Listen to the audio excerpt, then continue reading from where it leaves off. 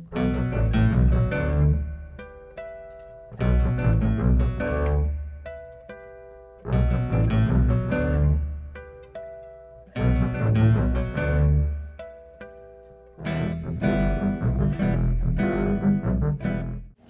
a mí me pidieron que si daba una explicación de métodos estadísticos. Va a ser brevísima por muchas razones. Parte porque pocos de ustedes van a usar métodos estadísticos, casi todos requieren las ausencias, los ceros. Y parte porque sobre esto sí que hay una cantidad de literatura bárbara. Hay libros de texto, hay cursos. Entonces yo creo que los que van a usar métodos estadísticos como Random Forest o cualquiera de estas cosas ya lo saben perfectamente bien y no les voy a decir nada novedoso. De hecho, no voy a hablar de Random Forest porque yo nunca he usado Random Forest. Entonces les voy a dar una idea general de cuál es la idea, o sea, de qué es lo que hay detrás de muchos de estos métodos estadísticos en 15 minutos o algo así.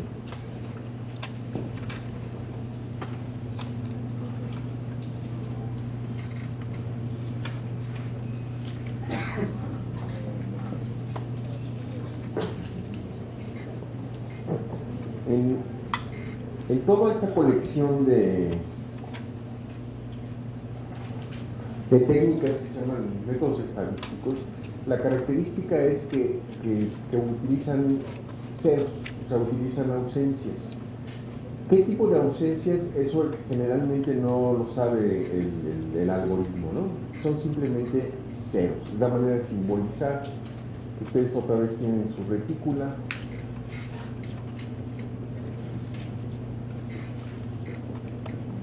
Aquí hay un 1, aquí hay 1, aquí no está, aquí no está, aquí no está, aquí no, aquí sí, aquí sí, aquí sí, no, no, no, no, no y no. Esos son los datos que tienen. Son un vector con sus unos y sus ceros, ¿no? Y entonces, la pregunta es la del Santo Grial. Lo que se están preguntando es, o quieren, es un método que les permita calcular la probabilidad del 1, dado que están en un ambiente conocido, ¿no? Una combinación de variables ambientales, que son la precipitación, la temperatura, todas esas cuestiones. Entonces, esta es la cuestión. Y generalmente se resuelve por variaciones en los temas de métodos de regresión. Son, por ejemplo, regresiones usando log fits. Esto se puede hacer independientemente o se hace usando todo un oído de games. ¿Alguien no? ¿Cómo usan oído de games? GAMS. Este es un poquito más oscuro que games. No sé si todo el mundo ha oído hablar de GAMS. Ahorita voy a dar una breve explicación de cuál es la diferencia entre un game y un GAMS. Y luego todo el montón de métodos que tienen que ver con regression trees. Son métodos bastante poderosos que permiten caracterizar datos de manera muy, muy flexible y interesante. Entonces, les voy a dar una rapidísima explicación de cuál es la idea detrás de todas estas cosas y ya el que tenga dudas, agarre el libro de Franklin o cualquiera de los libros que hay sobre estos temas, ¿no? Todo se puede implementar y se puede calcular en SPSS, en estadística, en SAS, por supuesto en R, yo les recomendaría a los que todavía le tengan como que repeluzno a R, pues que ya le entren, porque R es baratísimo, o más bien no cuesta nada, y porque es bien poderoso, y porque además, por algún motivo, se hizo popular en esta comunidad, pues cada vez más y más gente utiliza R. Y por último, porque se han estado desarrollando ya paquetes de R específicamente relacionados con estas cuestiones, entonces les conviene empezar a aprender R, ¿no? Además, si aprenden R, van a agarrar fama de hijos, sus cuates si la hacen, porque cooles, ¿no? Como dijo Raúl, es con line command, ¿no? Entonces eso es más apantallando. Ok.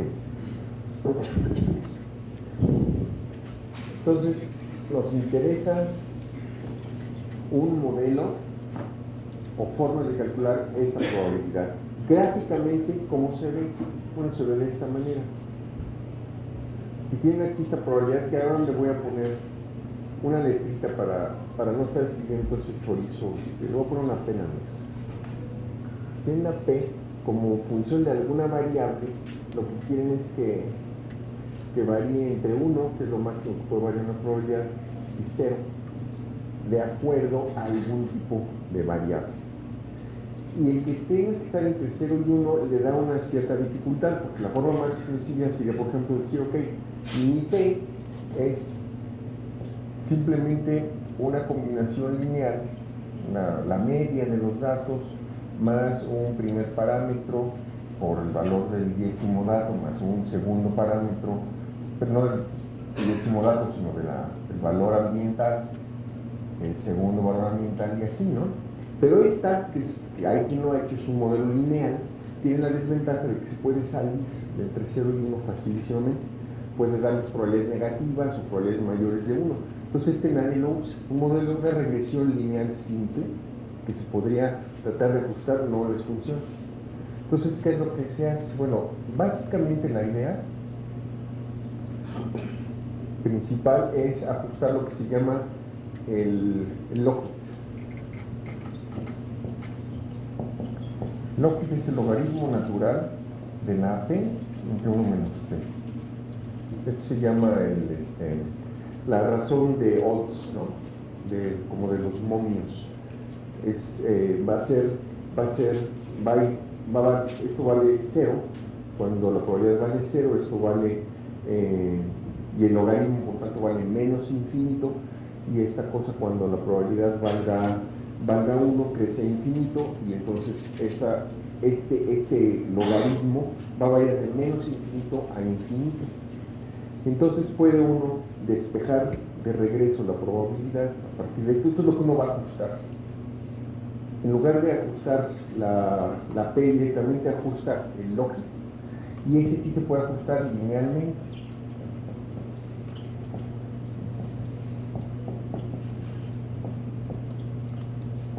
Y así.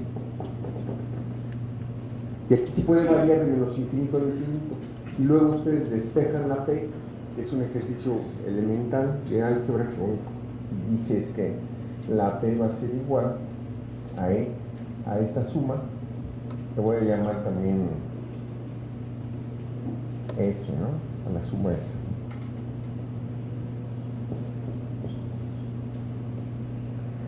Y esa es la probabilidad. Y esa sí se va a portar como debe de portarse.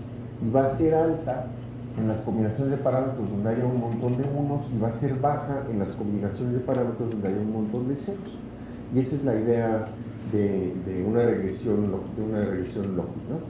Entonces, bueno, ¿cómo se va complicando? La primera complicación es que esta supone que el error es normal, y el error de los datos, para este tipo de datos, nunca va a ser normal. Entonces, la primera complicación de esto es usar un bin, o sea, calcular la regresión lógica usando un Generalized Linear Model. ¿Por qué? Porque aquí ustedes pueden especificar la estructura del error. Los errores naturales en una cosa como esta son binomiales. Entonces, aquí se me olvidó poner el término correspondiente al error. En un ajuste de este estilo lineal, este error supuestamente es normal, con media 0 y con variancia 1. Como los errores no son normales porque son números enteros que están contándose, entonces hay que usar un error de tipo binomial. La distribución del error va a ser binomial. Y eso se hace con Gini. Entonces Gini lo que va a ajustar es igual esta cuestión del logit, pero le va a poner un error con una estructura especial, y la forma del ajuste no es por mínimos cuadrados, sino por otra cosa que uno nunca ve, solo hace el software. Pero simplemente es teóricamente mucho más satisfactorio. Y esa es la manera de hacerlo. Entonces ustedes empiezan igual con su vector de ceros y unos para cada coordenada, con los valores de las variables ambientales en cada coordenada, y le piden al BIM que le saque su ajuste, y BIM les va a dar una fórmula que es el ajuste de longitud. Y sale la fórmula con los valores de los parámetros. Y si ustedes quieren transferir eso a otra región del planeta, simplemente aplican la fórmula a los datos climáticos de otra región y les da la predicción. Creo que Biomod saca todas estas cosas con mapas y demás, ¿no? Hay un software que hicieron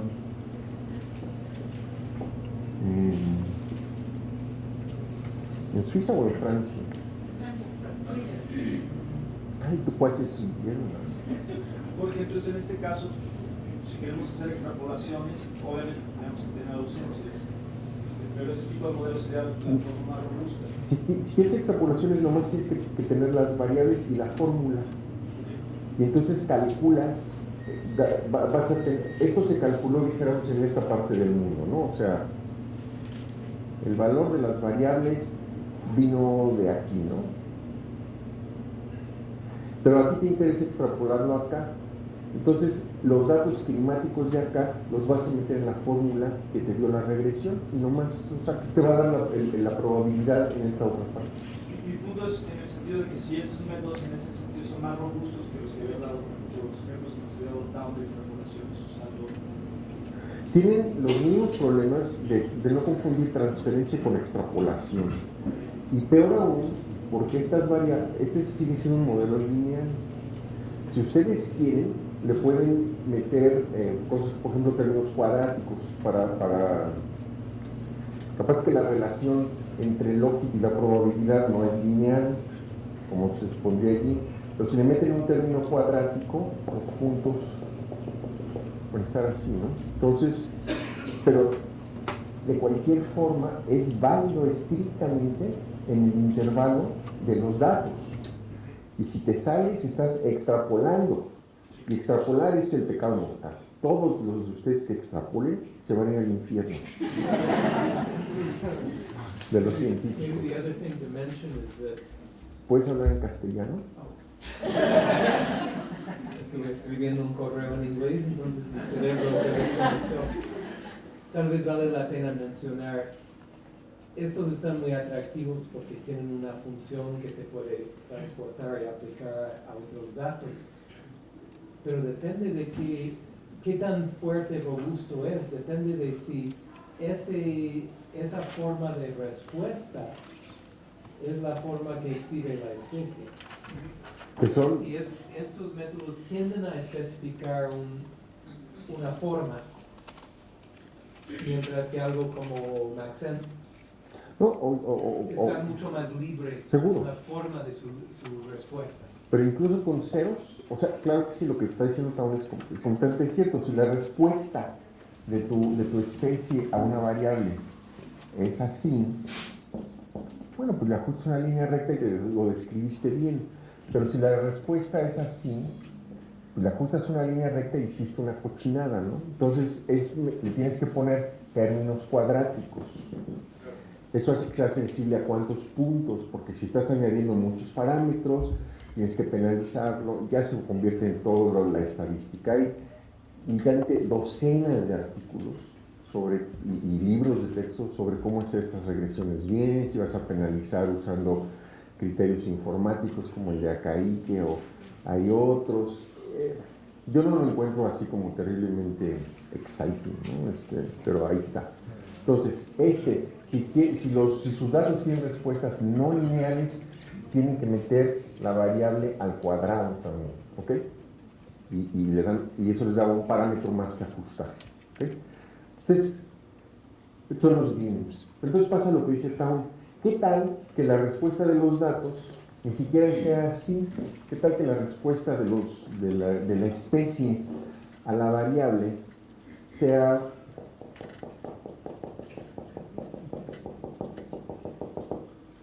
feucha, ¿no?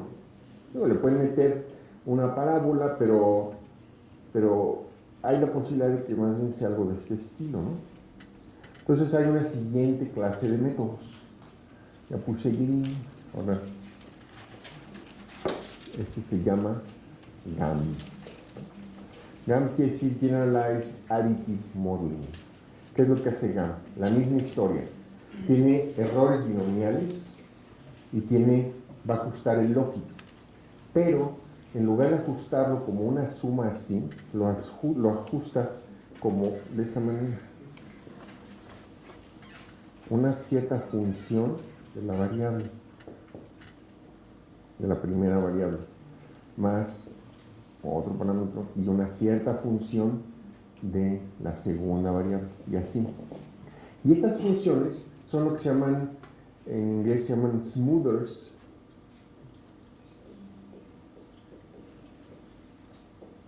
o suavizadores. ¿Qué es lo que hacen? Aquí están los datos, ¿no? Y tienen cierta forma medio chistosita. Entonces el smoother va ajustando cachitos de líneas a una vecindad de los datos y genera una cosa bastante complicada, pero que reproduce los datos súper bien. Entonces estos son muy buenos cuando la forma del nicho realizado que ustedes están modelando tiene una forma complicada en espacio de variables ambientales. El problema es que tienen algunos problemas, pero el principal que yo le veo es que ustedes no van a ver la fórmula del smoother. Mientras que aquí sí ven la fórmula y tienen los valores de las betas, en los GAMs no ven la fórmula, porque no hay una fórmula. O sea, sí hay una fórmula, pero es muy complicada, porque pueden ser splins, cúbicos, cualquier otra cosa, ¿no? Hay un montón de parámetros que uno tiene que especificar para hacer esto. Entonces, el software les calcula el algoritmo que representa el ajuste, lo tiene interno, y cuando ustedes quieren hacer la transferencia, le dan los valores de las variables y el software les hace el cálculo de la predicción, pero ustedes no van a ver la fórmula, ¿ok? Eso para mí es una cosa inconveniente. Sin embargo, tienden a ser muy buenos para cierto tipo de predicciones. Entonces, y a veces no necesariamente. Por ejemplo, los experimentos que hicimos nosotros con el trabajo que les platicó Town, donde le dimos especies virtuales, que sabíamos la realidad, y a algunas veces les pusimos ausencias, y eran ausencias verdaderas, no falsas ausencias. Los GAMs a veces predecían mejor, y no siempre, incluso con ausencias, y no era muy claro para nosotros que hubiera una gran ventaja por usar GAMs. Sin embargo, hay artículos, por ejemplo, de Miguel Araujo y Luis Brotons, que han hecho análisis con esto, y su conclusión es: si ustedes tienen ausencias, usen GAMs. Los GAMs para estos cuates son el mejor approach, ¿no? Bueno, entonces repito, aquí en los dos ustedes están ajustando un logic que finalmente, si lo destransforman, les da la probabilidad de presencia, el santo grial. Qué tan buena sea su santo grial o qué tan se parezca al grial que estimaron al verdadero, eso ya es otro problema diferente, ¿no? Pero es una aproximación al santo grial, que es la probabilidad de presencia. Y la diferencia entre este y este es que este es un modelo lineal y es un modelo en donde lo que se hacen son sumas de suavizadores. ¿Ok? Esa es la diferencia. Bueno. Luego están todos los métodos que calculan árboles de regresión.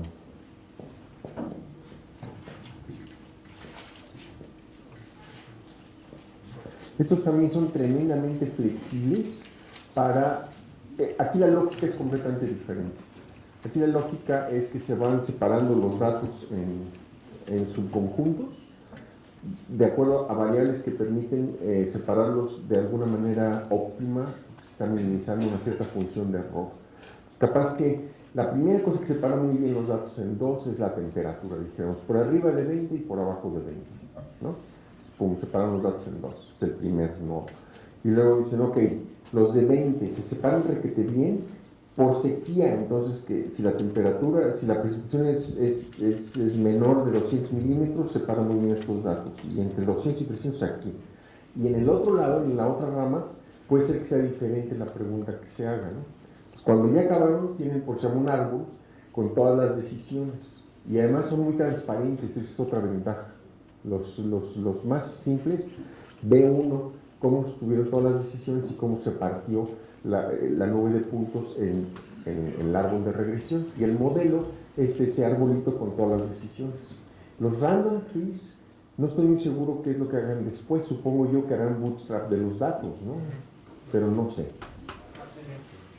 No puedo explicarlo porque yo mismo no lo sé en detalle, ¿no? Pero es como una regresión múltiple proveniente de un análisis multivariado. En un modelo de regresión con esto que dices, pones el valor de las tantas variables climáticas en un lugar donde hay ausencia contra un lugar donde hay presencia, y se hace estado de regresión, se construye un modelo, y luego tiene otro paso que es una selección de variables climáticas por un índice que no me acuerdo cómo se llama, pero es un índice donde ordena de mayor a menor. Por ejemplo, nosotros usamos 36 variables climáticas, y entonces descarta la 36ª y corre todo Okay. con 35, descarta la 35 y las ordena por orden de importancia, y luego tú ya escoges en función del error de omisión y comisión con cuántas variables te quieres quedar, usualmente entre 6 y 8. Hay una cosa que le llaman podado del árbol, que es reducirlo todo el montón de todas las disyunciones a algo que es manejable, ¿no? Yo nunca he hecho uno de esos, de modo que no puedo opinar realmente ni platicarles más allá de lo que les acabo de decir, pero también sí sé que hay gente que los ha evaluado en el contexto de modelación de áreas de distribución y los encuentran bastante eficientes para duplicar cosas complicadas. Ahora, fíjense lo que están haciendo, y yo creo que hay dos cosas que les voy a subrayar. La primera es que están todos esos métodos, como metieron los ceros de alguna forma han capturado los efectos de los límites de movimiento y de la presencia de competidores o depredadores o cualquier otra cosa. Como ustedes tienen ceros a los que les creen, porque creen que es verdaderamente una ausencia, pues la ausencia puede deberse a que la especie no llegó allí, o a que tiene un depredador o un competidor o una enfermedad o lo que sea, ¿no? Entonces, lo que están ustedes modelando es el área ocupada como está ahorita. Entonces, esos son difíciles de transferir, porque no están modelando el nicho, ni siquiera una aproximación muy buena al nicho fundamental. Lo que están es modelando el nicho realizado, que es el resultado de muchos procesos, que a la hora que quieran, por ejemplo, extrapolar con cambio climático, no están tomando en cuenta esos procesos. Entonces, hacer transferencias de cambio climático cuando se ajustó un modelo de este estilo, a nosotros siempre nos pone como nerviosos, ¿no? No es algo que lo recomendemos mucho. Hay quien lo hace, o sea, por ejemplo, los suizos lo hacen a cada rato. A nosotros nos pone nerviosos hacer ese tipo de cosas. Y repito la razón, porque están ajustando, por meter en los ceros, le metieron de manera implícita los efectos de otros factores, que no son los factores propiamente climáticos, ¿no?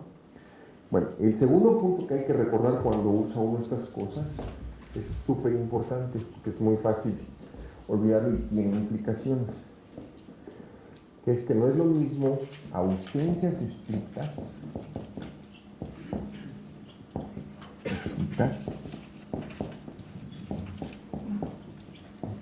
de pseudoausencias.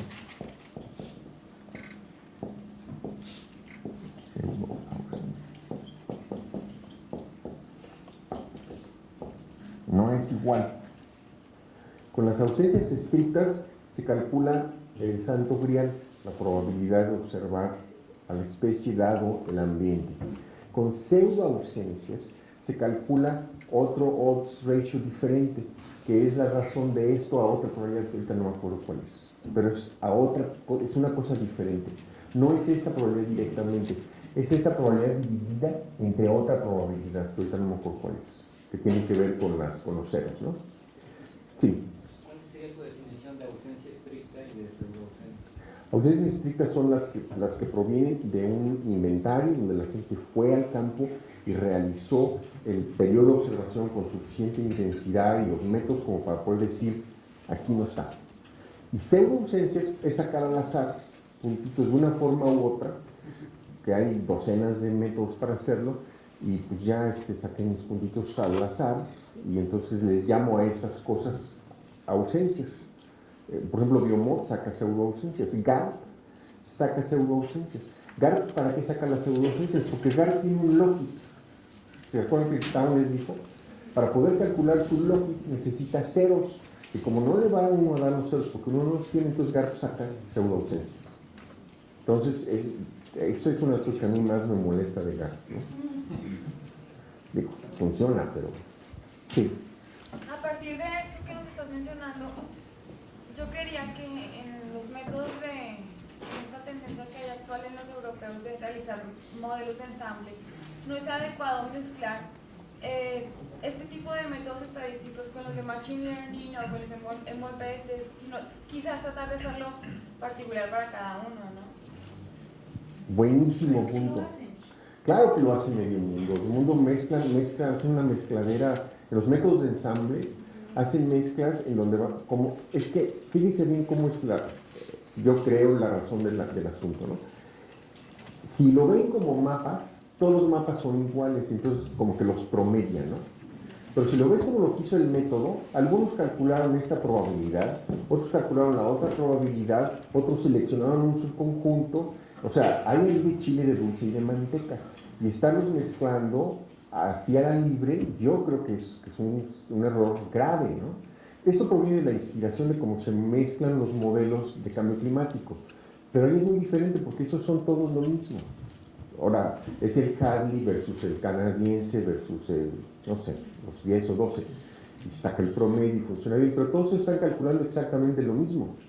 Mientras que aquí tienes clases de métodos que calculan cosas distintas. Ahora al final la expresas como mapa, pero uno es un mapa del área potencial, el otro es un mapa del área observada, otro es un mapa de quién sé qué otra cosa, y los está uno mezclando de una manera que yo creo que no debe de ser. Lo hemos comentado en alguna publicación, pero finalmente lo que pasa es que el software a veces domina.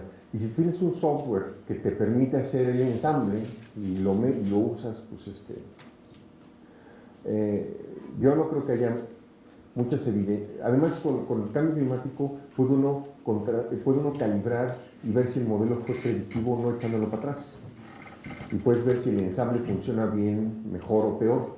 Mientras que con estas cosas de área de distribución es muy difícil calibrar si no tiene unos datos independientes de observaciones de campo. Y muy poca gente lo hace. Entonces yo sí estaría muy de acuerdo con eso que dijiste, ¿no?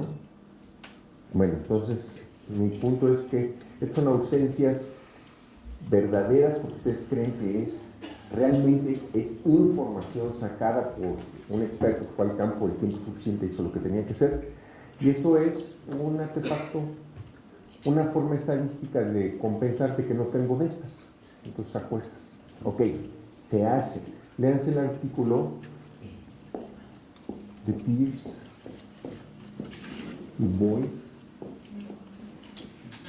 que explica con gran detalle, está puesto en la bibliografía de la página de web, que explica con gran detalle cuál es la diferencia entre esto y cuál es la probabilidad que se observa cuando tienes estos, que es el santo grial, versus cuál es la probabilidad que se estima cuando tienes estos, que es otra cosa, distinta, ¿no? No sé si les fastidia estar oyendo tanto hacer distinciones de qué es una probabilidad o la otra, etcétera, pero son distintas cosas, ¿no? Entonces, sí tiene uno que... Bueno, creo que eso es todo lo que yo tenía que decir. Fuerte. Yo tengo... ¿Me vas a cuestionar? ¿Qué andas? Sus ecuacioncitas absolutamente. Y creo que estoy bastante convencido que sin datos de ausencia, aplicación de estos métodos está rara y que definitivamente no está calculando probabilidad de presencia. No, calculó un off-rate. Habría quienes dicen, y yo creo que vale la pena que respondas a esto, que de todas formas hacen algún contraste entre datos de presencia y, digamos, pseudo-ausencias, y me dan un mapa. Sí. ¿Y por qué debo de discriminar entre eso y Maxent? Yo no discriminaría porque también en la práctica se ve que muchos de esos mapas son muy útiles y ciertamente capturan algo de señal biológica. Lo único que digo es que no crean que están calculando esta probabilidad, porque no es esta probabilidad, es otra diferente. Ahora, esa razón de probabilidad la pueden usar como un índice de similitud, por ejemplo, con las zonas donde la especie está observada, y de disimilitud con las zonas donde la especie no ha sido observada. Entonces, claro, fíjense que si di a entender que no creo que sus métodos sean buenos con pseudoausencias, me expresé mal. Lo que quiero decir es que sepan ustedes qué es lo que están obteniendo. Si esa razón de estas dos probabilidades se puede usar como un índice para discriminar las zonas donde la especie está y donde no está, perfectamente, ¿no? A todo dar. Tan es a todo dar que un chorro de gente usa estos métodos con pseudoausencias. Biomod la usa mucha gente. Y si no le da uno las ausencias estrictas, va a generar pseudoausencias. Y les calcula un índice que sirve para discriminar dos conjuntos, donde está la especie y donde no está. Entonces está bien usado. Nada más que creo que el punto es medio sutil. No vayan a creer que calcularon el santo grial, porque no calcularon el santo grial, calcularon otra cosa. Y esa otra cosa se puede usar, sí se puede. Y a veces es muy útil y predictiva, la haría incompleta, sí. Pero nada más es eso, ¿no? Sí. ¿Y no habría alguna forma, no sé, matemática y estadística de hacer una transformación de tal forma que represente lo mismo? Sí hay. La forma es que generen las pseudoausencias con el mismo sesgo con el que tienen las presencias.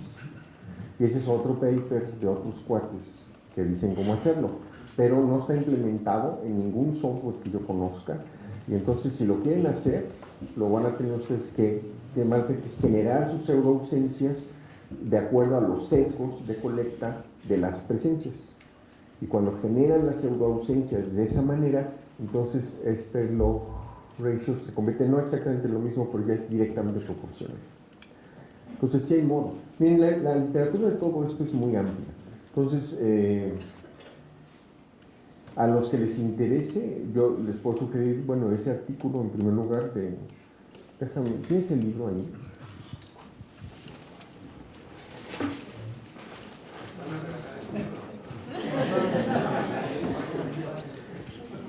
¿Cómo no nos trajimos unos? Para vender uno por proyecto.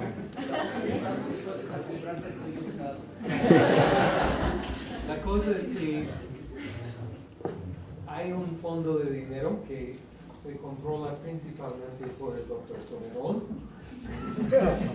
y nos dan cierto descuento por ser los autores del libro. Entonces yo dije, pues, ¿por qué no compramos como 200? Sin nada más para que se vea que se está vendiendo. Y mira, se vendieron 205. Y alguien, que no soy yo, dijo, no, eso no es un uso apropiado del dinero, entonces nos compramos 40. Y de esos 40 dimos como la cuarta parte a los estudiantes que bien lo merecían. Entonces ahora hay un celo completo de quién tiene que regalar la copia a quién.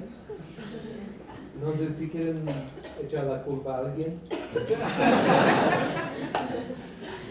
Bueno, este tema es irrelevante. En este artículo se describe esa cuestión y hay uno de Dudick, este cuate que escribió con Phillips, en donde responde la pregunta esa de si hay forma de compensar. Sí, generen las pseudoausencias con el mismo sesgo que las colectas, las presencias, y entonces les va a quedar requete parecido a como debe de ser. Yo pienso que no vale demasiado la pena hacerlo, ¿no? Que es demasiado complicado, pero sí. Es cierto lo que dices de que no se consideran ausencias debido a efectos. No se consideran efectos de competidores y interacciones, ¿no? pero sí el clima es la principal fuerza que determina la distribución de las especies. Entonces, la predicción es bastante robusta, creo que por una razón. O sea, el hábitat predicho sí resulta siempre más grande que donde realmente está la especie, porque se encoge el área debido a las competencias, ¿no? Pero no predice la especie donde no está el clima. Y efectivamente no hay presencias donde no está el clima por una simple razón. Si pones un árbol donde no está el clima adecuado y le quitas la competencia, eso aprovecha cortafuego y las malezas, la helada lo mata, la sequía lo mata, etc. Entonces resulta bastante robusto basarse en eso. Aunque es cierto que no se considera la superación. Te voy a poner así. Si me dice que tenemos aquí el área ocupada, ¿no? Que es el resultado del clima más las interacciones más lo demás. Y aquí tienes toda el área potencial A, ¿no? Climáticamente favorable. Un modelador tipo GARP o Maxent va a modelar en algún lugar intermedio, pero más para acá. Y un modelador tipo GRIMS, GAMS, árboles de regresión, va a modelar más para acá. Ese es un poco el asunto. Hay otro artículo en lo que se describe este mismo efecto de Jiménez Valverde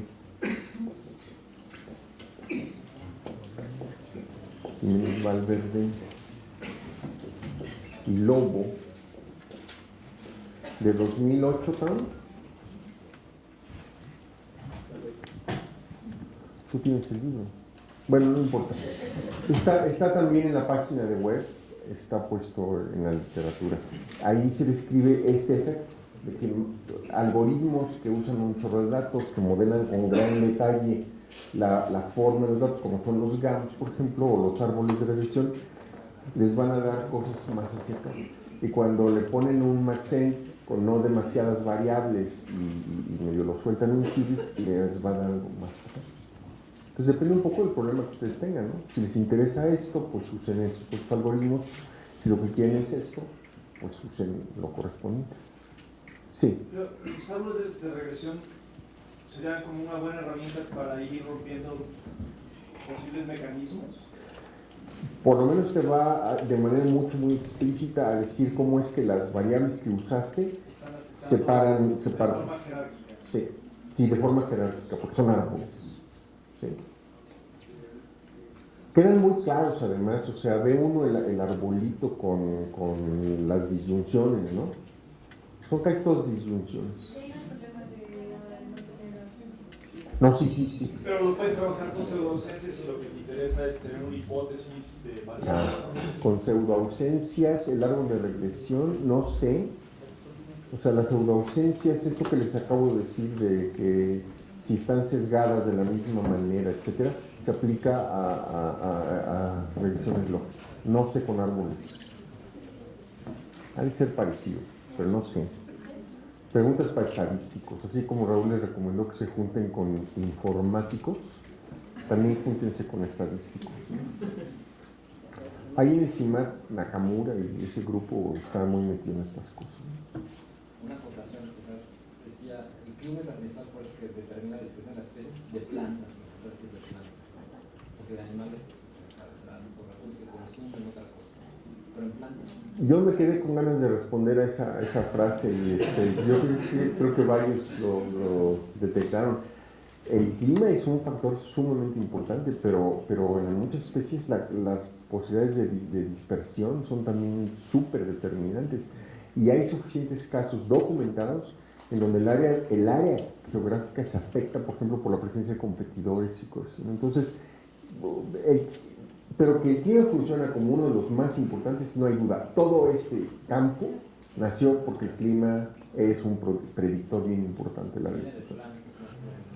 Sí, yo creo, bueno, no sé, Grinnell trabajaba con animalitos y está este botánico que escribió en los 30 una teoría de la geografía de plantas que se llama Good,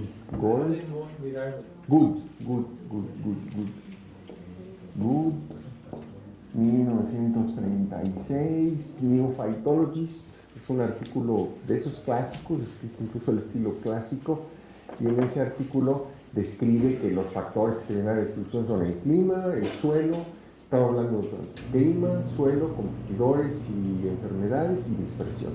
¿Ya? Son esas cosas, ¿no? La vida hubiera sido muy fácil cuando de Grinnell, como originario de esto de lo esceno poético, pero en una lista de como 20 factores, uno es otra especie. Sí. Entonces los puristas se enojan con el comentario de un dicho grinnelliano. Pero Ya me pasé de mi tiempo, así que